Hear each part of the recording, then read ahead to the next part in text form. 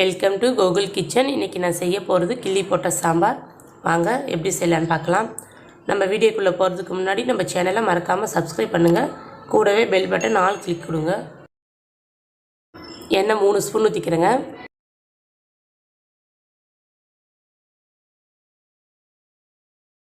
கடுகு 1/4 ஸ்பூன்.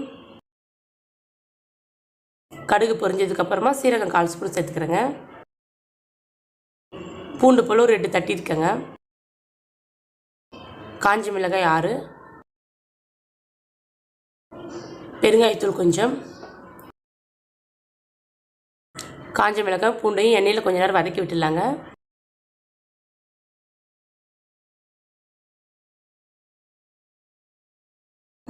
கொஞ்சம் மஞ்சள் தூள், சின்ன வெங்காயம் ஒரு 20 எடுத்துருக்கேங்க, அதை இப்போ போட்டுக்கிறேங்க. கொஞ்சம் கருவேப்பிலை. இந்த சாம்பாருக்கு வெங்காயமும் பூண்டும் அதிகமாக சேர்த்தா நல்லாயிருக்குங்க. வெங்காயம்லாம் நல்லா வதக்கி விட்டுடலாங்க.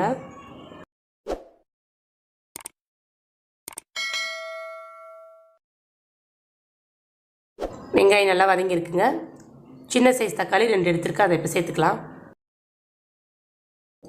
உப்பு தேவையான அளவு. இந்த தக்காளி நல்லா வதக்கிலாங்க.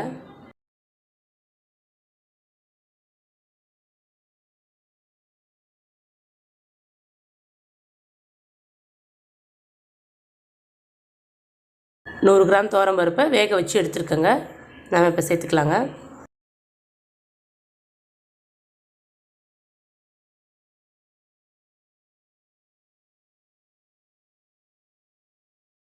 நெல்லிக்காய் சைஸ் அளவு புளி எடுத்துருக்கேங்க, இப்போ கரைச்சி எடுத்துக்கலாம். கரைச்சி வச்சுருக்க புளி தண்ணியை இப்போ சேர்த்துக்கலாங்க.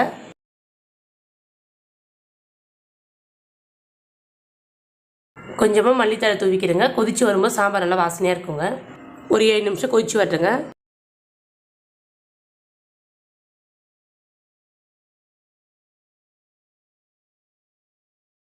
சாம்பார் நல்லா கொதிச்சு வந்திருக்குங்க. இப்போ அடுப்பு ஆஃப் பண்ணிக்கிறேன்.